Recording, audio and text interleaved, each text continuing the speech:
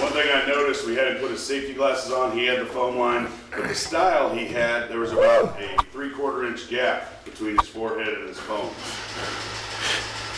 Evap cooling and blowdown supports under HRSG 1, and we're going to be using tire crane second thing this morning to offload a float. 7:09 yesterday, they were working, so we talked about starts a lot, but Billy and I were standing over there, all of a sudden we hear chain falls going, pipes going up, and we look, and it was 7:09, so that was an excellent job. We got the camera crew over there on the other tower. They're gonna take a couple pictures of me. I got a microphone. We're gonna welcome them to John Sevier. Liners, ball baffles, and bundle restraints. Yeah, they're right under the tower itself. We fitting in welding pipe on the northeast corner of HRSG 3. And yeah, see them right below the first section down? STG area where we clean some stuff up, get a 4x4 ready. What you got in your wallet here? Anything good? Look at the clothing your guys are wearing. Make sure they're not wearing the Under Armour type material, especially if they're welding, okay? All right, have a safe day. Have a safe day. Like I see you up there in front of the Kiewit sign. Hi, everybody. I'm Mark Big Iron Clark. Welcome to John Sevier Combined Cycle, Rogersville, Tennessee. All right. In the early cool, Y'all, let's pray this morning. crews at John Sevier Combined Cycle stretch. Turn it down. Fresh from the morning meeting, A lot of water. they talk safety, slam cards, and summer heat. Operators, get out of the cab, get some water. On that, guys, be safe. Good slam cards again. Slam, stop, look, assess, and manage. Something we use for every task that we do out here. Addresses what could hurt us today. Our access, our housekeeping. Big thing on them are pinch points. The new John Sevier takes shape just south of the old coal-burning plant, deep in the Tennessee Valley. Back in the 30s, when the plants were new, they powered the valley and pulled it into the 20th century. The TVA built dams to stop floods that wrecked farms and crops each year.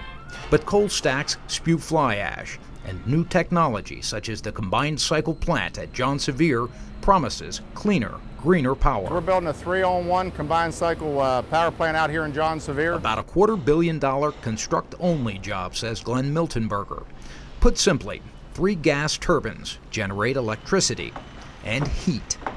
Within the plant, 3 heat recovery steam generators, or HRSGs for short, capture and exhaust the heat through these stacks.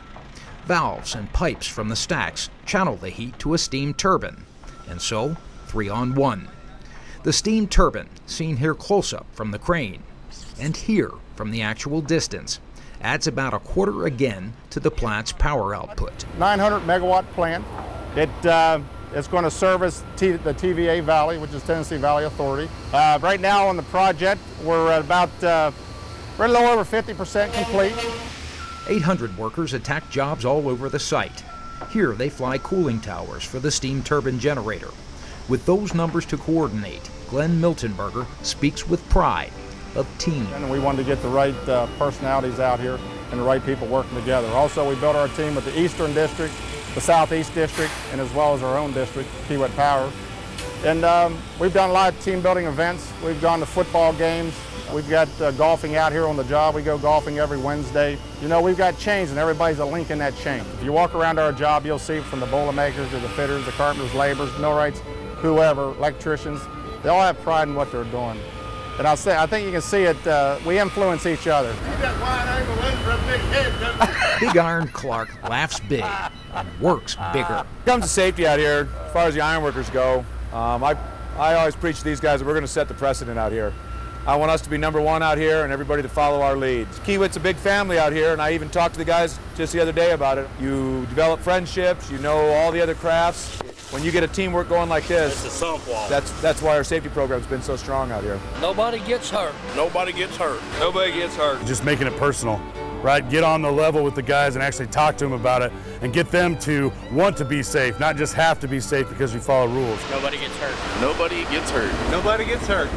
I've gone out to a lot of jobs to look at, looking at maybe safety issues they had, and a lot of times productivity issues. It was productivity that led Tyler Nordquist to construct the acronym I'm not sure who's TEAM. up there right now. A lot of times what I heard is that, hey, we're struggling. Our craft aren't very efficient on our project, But what I found was, look, Mike, when I'd go out and look at the operations, a lot of times we either didn't have the right tools, equipment, access materials, so it just kind of popped into my head there that, hey, those are the things that we affect, and a lot of times it's not the productivity of the men out here, but it's stuff that we can control. So if all those 4 things are perfect, then that's the best we can do, and you know, as Flick says, we'll follow the process and live with the results. The process led Steve Carithers and his electrical team to a real cost-to-budget solution with overhead cable tray supports. If I can show you. The steel supports needed to be drilled. It's a really big deal. Yeah, up there is the supports we installed. You can see the white steel is the Merrill steel that's provided by the engineering. And then we had to put tray supports up here. None of the steel came in pre-drilled. The solution. We came up with a Whitney punch. It's a hydraulic punch. And that probably improved our productivity by about 50% with our operation. So it was a big win. It was a big wow moment, I guess, for our electrical department. A lot of flying in pipe and valves and strainers. The wow moment for Joe Greer. You know, one of the things moving up from field engineer to a superintendent is just showing that your management, that you can take on more responsibility, more reason for them to move you up on the next job or the current job that you're on. Right now, opportunity knocks for Joe Greer, Kiewit Power, and its engineers. The U.S. government tightens air pollution standards. That's opened the door to the proud work of Kiewit Power. You know, as I look around at this facility we're building and the over 800 men and women that are part of this team, you know, both Kiewit staff from all over the country and local craftsmen, we all share the same pride in that this plant's going to service this community for some 30-odd years to come. It's by far one of the best teams I've been a part of.